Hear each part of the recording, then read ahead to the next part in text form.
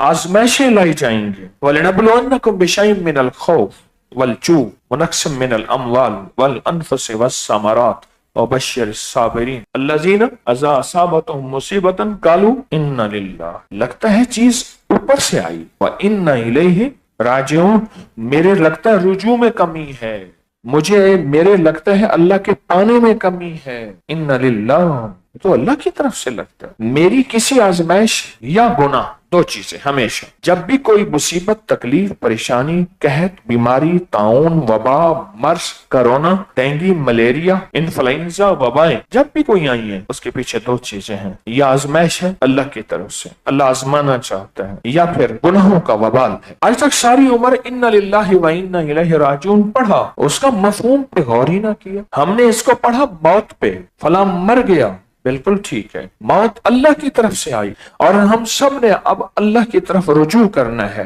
तस्बीह की शक्ल में, वजीफे की शक्ल में, नफल दुआ सजदों की शक्ल में, और इस जिस्म को लेके अल्लाह की बारगाह में हाजिरी देने की शक्ल में हमने अल्लाह की तरफ रुजू करना। सारे तस्बीह खाने का पैगाम इन्ना लिल्लाहि व इन्ना इलैहि राजिऊन। आप शुरू से उठा के देख, पहले दिन से तस्बीह खाना एक बात कह रहा है कि जो कुछ हुआ एक तकदीर के निजाम से हुआ। अब दो रास्ते हैं, एक है तकदीर को नौजुबिल्लाह बुरा भला कहें, एक है कि साहिब तकदीर से पूछें आपने ये जो किया है इसकी बुनियाद क्या है। मैं चाहता हूँ मेरे बंदे मेरी तरफ लौटे। जिंदगी का 40 साल का अरसा लोगों से मुलाकातें करते करते उससे भी ज्यादा हो गया। मुझे कई लोगों ने एक लफ्ज कहा है, बार बार कहा है, उसने कहा अगर हमारे ऊपर आजमाइश ना आती, मुसीबत ना आती, तकलीफ ना आती, परेशानी ना आती, तो हमने तो अल्लाह को ईद की नमाज तक समझा था, जुमे की नमाज तक समझा था, या फिर अपने मुलाजमों को पैसे दे देते थे रोजे रखो। मुझे एक साहब ने यहाँ तक कहा, कसूर के एक साहब थे, कहने लगे चटाई लेके देते थे, तिंको वाली टोपियां लेके दे देते थे, और उनकी सहरी इफ्तारी के लिए पैसे दे देते थे, क्योंकि ये तो गरीब के लिए है, रोजे हैं, हमारे लिए तो नहीं। इसलिए हदीस का मफहूम है, अल्लाह पाक फरमाते हैं मफहूम है कि मैं अपने बंदों को आजमाइशों की जंजीरों में जकड़ के अपने करीब करता हूँ।